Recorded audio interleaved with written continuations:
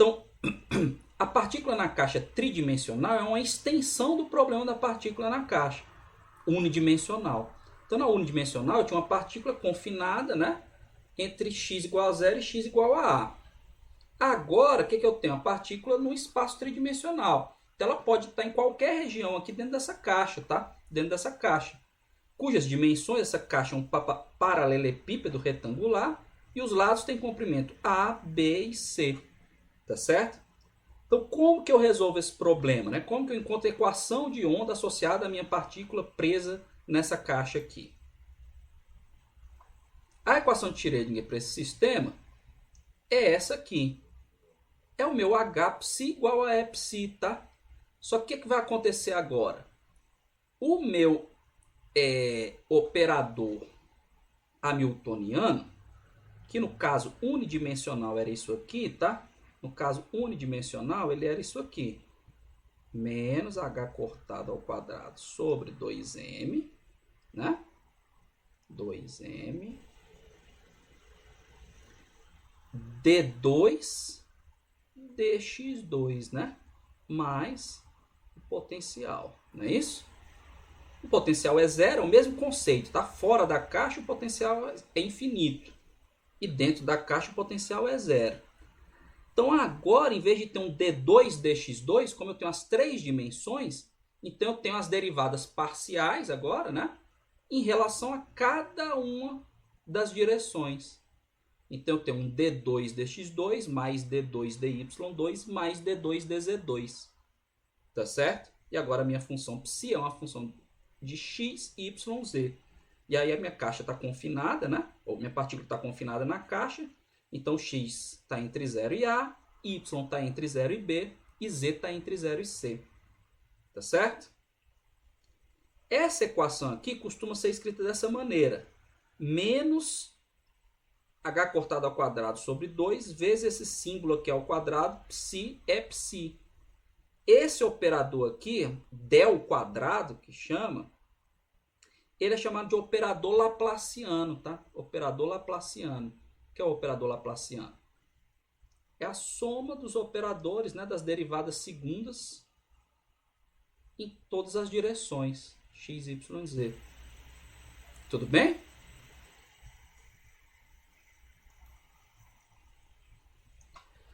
As condições de contorno agora, né? Como eu tenho três direções, então as condições de contorno são: a função tem que ser contínua, então, olhando para o eixo x independente, ela tem que satisfazer as condições de contorno nas paredes, né, da caixa. Então, se eu pegar aqui x igual a zero, deixa eu voltar aqui para a figura. X igual a zero é essa face bem aqui, né? Ó. Essa face. Para qualquer valor de x e y. Tá? Para qualquer valor de x e y. E o x igual a zero, a função de onda tem que ser zero. E a mesma coisa vale para essa outra face aqui, que é o x igual a A. Tá? Para o y igual a B e para o y igual a zero, mesma coisa. Para o z igual a zero e para o z igual a C, mesma coisa. Tá certo? Z igual a C aqui, né? E z igual a zero aqui. Então as condições de contorno são essas aqui, ó. Quando x é zero, para qualquer y e z, né? E x é A, a função de onda é zero. Quando y é zero, para qualquer x e z, a função de onda é zero. Quando x é zero, ou y é zero, ou y igual a B. E quando z é zero, ou z igual a C, tá aqui, maldito Ctrl+C, Ctrl+V, né? A função de onda é zero para todos x e y. E aqui, como as coordenadas x, y e z são independentes, a gente pode usar a separação de variáveis. Então, a minha psi de x, y, z é uma x de x vezes y de y vezes z de z. E aí, quando eu pego isso aqui, substituo na equação anterior, faço a derivada, eu obtenho isso aqui, ó. Então, são três funções, é a soma de três funções, em que cada uma delas depende de quem? Essa depende só de x, essa depende só de y e essa depende só de z. Então, para que a soma disso aqui tudo seja uma constante, que é a energia que está lá do outro lado, cada parte dessa aqui tem que ser uma constante também. tem que ser uma constante também. E aí eu posso reescrever a equação dessa forma aqui. Quem é meu E? É x mais é y mais é z. E as constantes é x, é y, é z, eu obtenho igualando cada constante dessa a cada termo que depende só de uma variável. Depende só de x, ou só de y, ou só de z, respectivamente. Aí, essas equações que estão aqui são simplesmente as equações da partícula na caixa unidimensional, que a gente já resolveu. Então, as condições de contorno são essas aqui, que são as mesmas da partícula na caixa unidimensional, e as soluções vão ser as mesmas. Então, x de x é uma constante, ax, seno de nx πx sobre a. Agora, o meu número quântico aqui, eu tenho um para cada direção. Então, por isso que eu tenho um nx, um ny e um nz. Tá certo? E para obter o meu psi de x, y, z é o produto das três. Então, vai ser isso aqui, ó. Psi de x, y, z é ax, ay, az, seno de nx π vezes x sobre a, ny π vezes y sobre b, nz π vezes z sobre c. E os valores dos números quânticos são independentes. Então, eu posso ter nx igual a 1, ny igual a 0, ou 0 não, ny igual a 1 e nz igual a 2.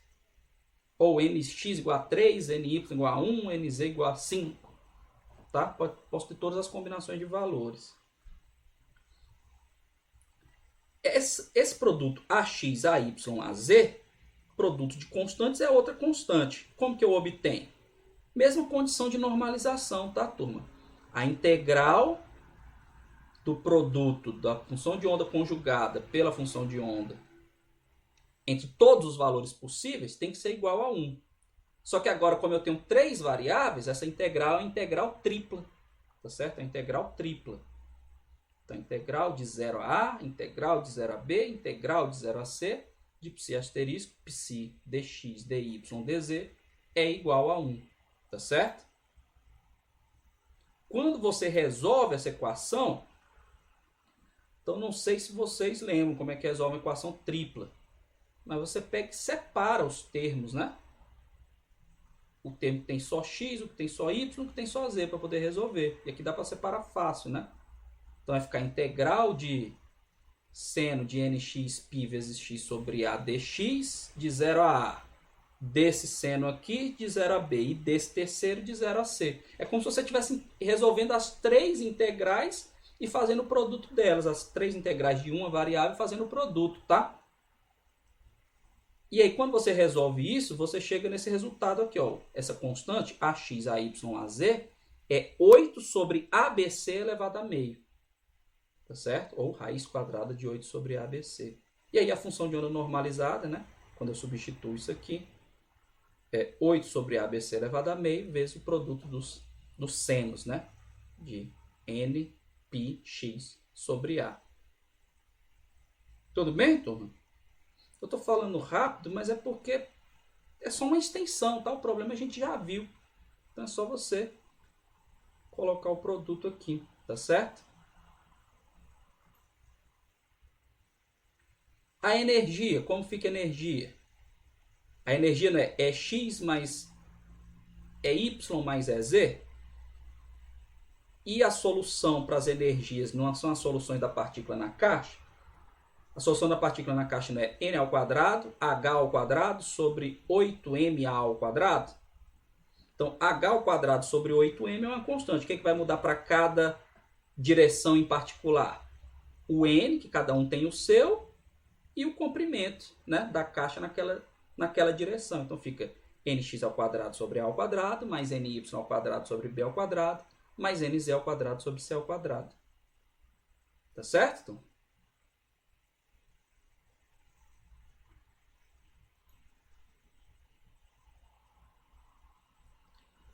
Então, esse exemplo aqui, né, agora estamos chegando aqui no final da aula, eu quero que vocês façam, tá? E me falem na próxima aula se conseguiram ou não. Tá certo? Mas o raciocínio é o mesmo do caso unidimensional. Então, a gente não viu que na partícula na caixa unidimensional, o x médio não era a sobre 2? Então você vai resolver aqui, no caso de 3 dimensões, né?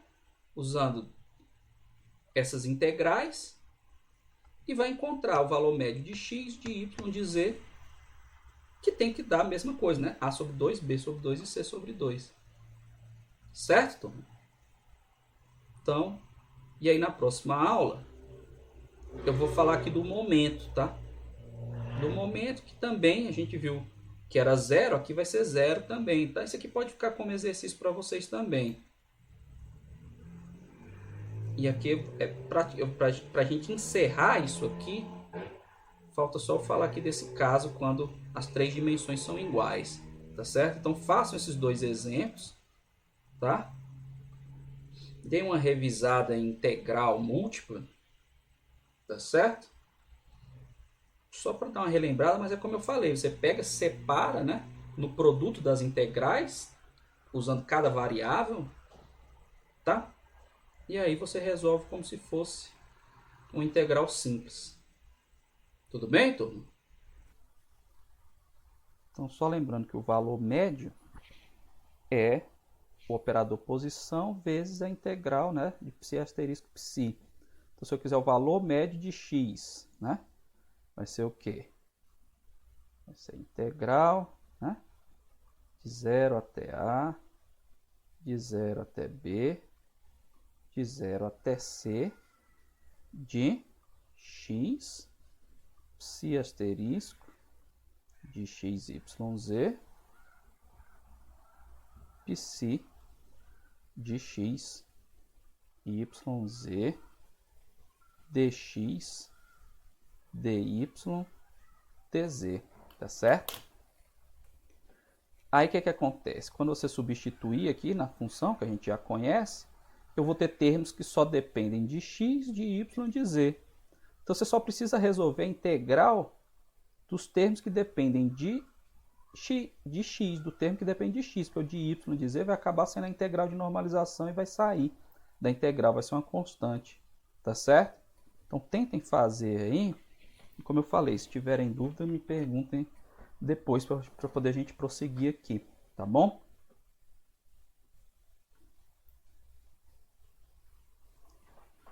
O operador momento em 3 dimensões, como que ele é? O operador momento em uma dimensão é menos IH cortado D dx, né? Em 3 dimensões vai ser menos IH cortado D dx mais D dy mais D dz. Só que esse operador momento em 3 dimensões, turma, agora ele é uma grandeza vetorial, tá certo? Ele é uma grandeza vetorial. Então, para representar que esse operador momento ele é uma grandeza vetorial, cada derivada dessa aqui nesse está dentro desse parêntese aqui, ela está vindo multiplicada pelos vetores unitários i, j, k, tá certo?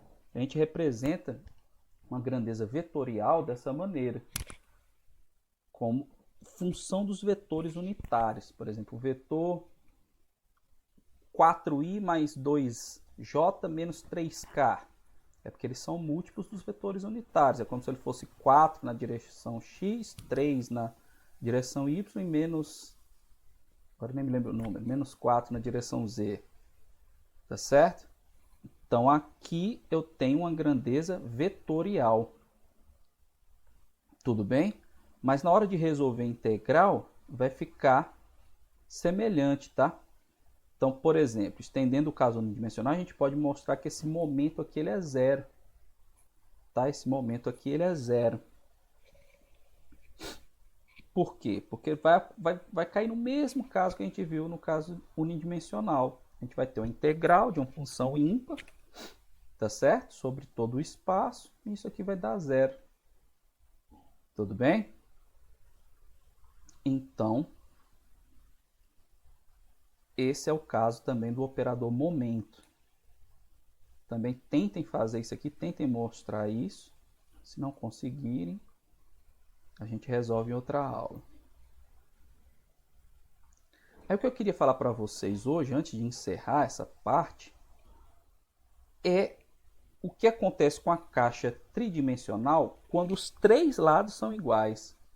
A é igual a B, que é igual a C. Nesse caso, a equação da energia ela é a seguinte. N de nx, ny, nz vai ser h ao quadrado sobre 8m a ao quadrado, porque ele é igual ao b ao quadrado, que é igual ao c ao quadrado, então eu posso colocar em evidência, ele vem para cá. E aqui fica nx ao quadrado mais ny ao quadrado mais nz ao quadrado. Tá certo? Então, o que acontece com essa minha caixa cúbica? Né? Isso aqui é uma caixa cúbica, né? Tem um cubo, os três lados são iguais. O que acontece é que quando eu tenho funções de onda diferentes, mas para as quais essa soma aqui, nx ao quadrado mais ny ao quadrado mais nz ao quadrado, essa soma é igual, mesmo que para funções de onda diferentes, as energias desses dois estados diferentes vão ser iguais. E aí eu já falei um pouco para vocês sobre isso aqui. Quando isso acontece, a gente diz que esses estados são degenerados. Tá? Esses estados são degenerados. Então, por exemplo, para n igual a nx igual a 2, ny igual a 1, nz igual a 1. Isso aí vai me dar a mesma energia do nx igual a 1, ny igual a 2, nz igual a 1. E a mesma energia do nx igual a 1, ny igual a 1, nz igual a 2. Tá certo? Por quê? Porque agora a minha função de onda... Vamos lá para o quadro, tá? Agora eu vou colocar aqui. Só ajeitar aqui para eu colocar para vocês, tá bom?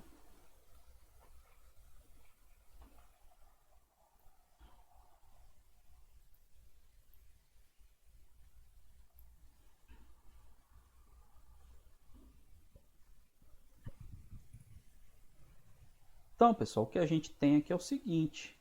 O que a gente tem é colocar aqui estados degenerados na caixa cúbica. Então, o que a gente tem aqui, turma, é o seguinte. A energia na caixa cúbica, nx, ny, nz, ela vai ser h ao quadrado sobre 8m ao quadrado vezes nx ao quadrado mais ny ao quadrado mais nz ao quadrado, certo? Então, por exemplo, a energia, o meu 2 é igual à energia 1, que é igual à energia 2, 1, tá certo? Então, é igual à energia 2, 1. Por que isso? Porque isso aqui vai ser h ao quadrado sobre h, né? Não é h cortado, não. H ao quadrado sobre 8m ao quadrado vezes, por exemplo, se eu pegar o primeiro, vai ficar 1 ao quadrado mais 1 ao quadrado mais 2 ao quadrado, né? E isso aqui vai ser 4 mais 2, 6, né? Vai ser 6h ao quadrado sobre 8m ao quadrado, tá certo? Então, tanto faz eu trocar aqui, né? Quem é o número quântico que vai ser 2, sempre vai dar 6h ao quadrado sobre 8m ao quadrado. Então, eu tenho três estados diferentes, tá? Três estados diferentes com a mesma energia. Então, nesse caso, eu digo que a degenerescência é 3. A degenerescência desses estados ela é 3. Tá certo? Porque eu tenho três estados diferentes com a mesma energia. Então, eu já mencionei isso aqui com vocês. É muito importante isso quando a gente voltar para a química mesmo, né? Digamos assim. Porque a gente vai ver isso na distribuição eletrônica. A gente vai ver que os orbitais Px, Py, Pz são degenerados. Então eles têm a mesma energia. Então eu tenho 3 estados diferentes com a mesma energia. Tá certo, turma? Então aqui, ó, por exemplo, no estado igual a 1 eu tenho só 1, né? Porque 1 não tem o que fazer. Vai ficar 1 ao quadrado mais 1 ao quadrado mais 1 ao quadrado, vai dar 3, né? Então dá 3, aquele termo, h ao quadrado sobre 8ma ao quadrado. Para um deles com n igual a 2, eu tenho também 3, né? 3 estados, 2, 1, 1, 2, 1, 2, 1 e 1, 1, 2, que a gente viu. Quando um deles é igual a 2, não, quando dois deles são iguais a 2 e um é igual a 1, a soma dos quadrados dos números quânticos vai dar 9. Então, de novo, eu tenho 3 estados degenerados. Mesma coisa vale quando eu tenho um deles igual a 3 e os outros dois igual a 1. Né? A soma aqui vai dar 11. Quando os 3 são 2, aí a degenerescência é 1. Agora que interessante, quando um é 1, o outro é 2 e o outro é 3, a degenerescência aqui passa a ser 6, né? Porque eu tenho 6 combinações diferentes. Tudo bem, turma? Então, aí depois você passa a ter aqui degenerescência 3 de novo e assim sucessivamente. Aqui são os níveis em ordem crescente de energia, tá?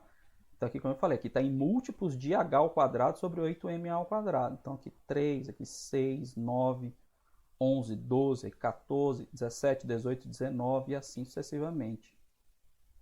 Tá certo, turma?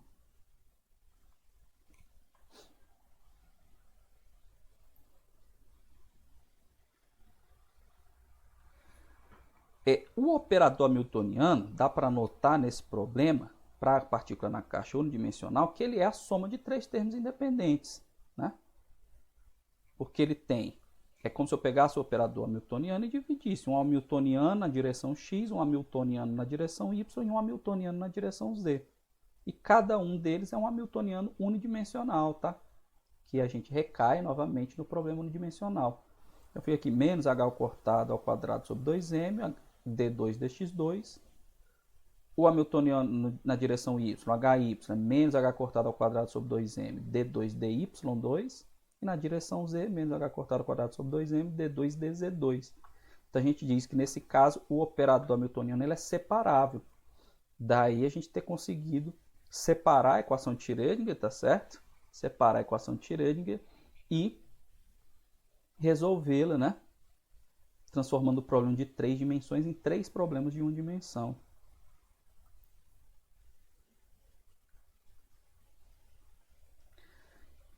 Esse fato de o operador hamiltoniano ser separável nos dá um resultado muito interessante, tá certo?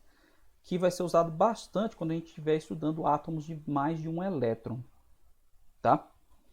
Quando o hamiltoniano ele é separável, a gente pode escrever esse hamiltoniano como a soma de termos que envolvem coordenadas independentes. Por exemplo, eu posso dizer que o hamiltoniano do meu sistema é um H1 de S mais H2 de W, em que S e W são coordenadas independentes. Quando isso acontece, as autofunções do hamiltoniano são dadas por produtos das autofunções dos hamiltonianos separados, H1 e H2.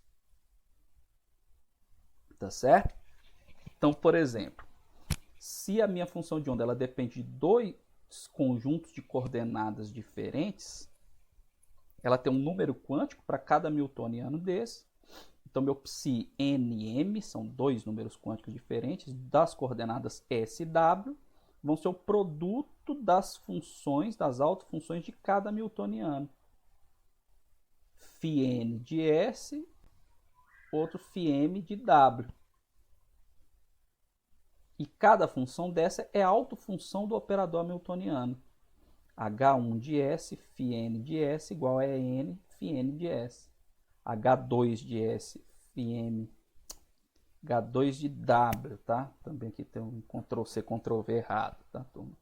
H2 de W, Φm de W igual a M, Φm de W. Tá certo? Então, isso aqui, como eu falei, é importante quando a gente estiver trabalhando com átomos de muitos elétrons, porque a gente vai pegar o problema de muitos elétrons, como cada elétron tem seu conjunto de coordenadas independente, deveria ser, mas lá na frente a gente comenta, a gente consegue separar um problema de muitos elétrons em muitos problemas de um elétron. Então, cada elétron vai ter a sua função de onda, tá certo? E a função de onda total do sistema vai ser o produto das funções de onda de um elétron. E o hamiltoniano do sistema vai ser a soma dos hamiltonianos de cada elétron. Tudo bem, pessoal?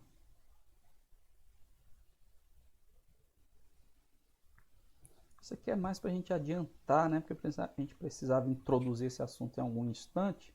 Mas quando a gente chegar lá em átomos de muitos elétrons, vocês vão entender melhor, tá bom?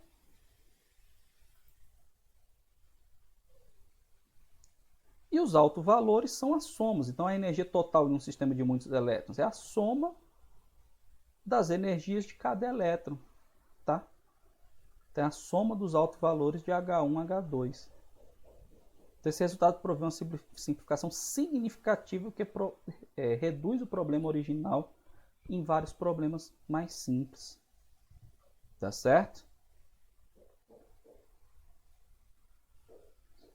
Tudo bem, turma? Alguma dúvida nisso aqui?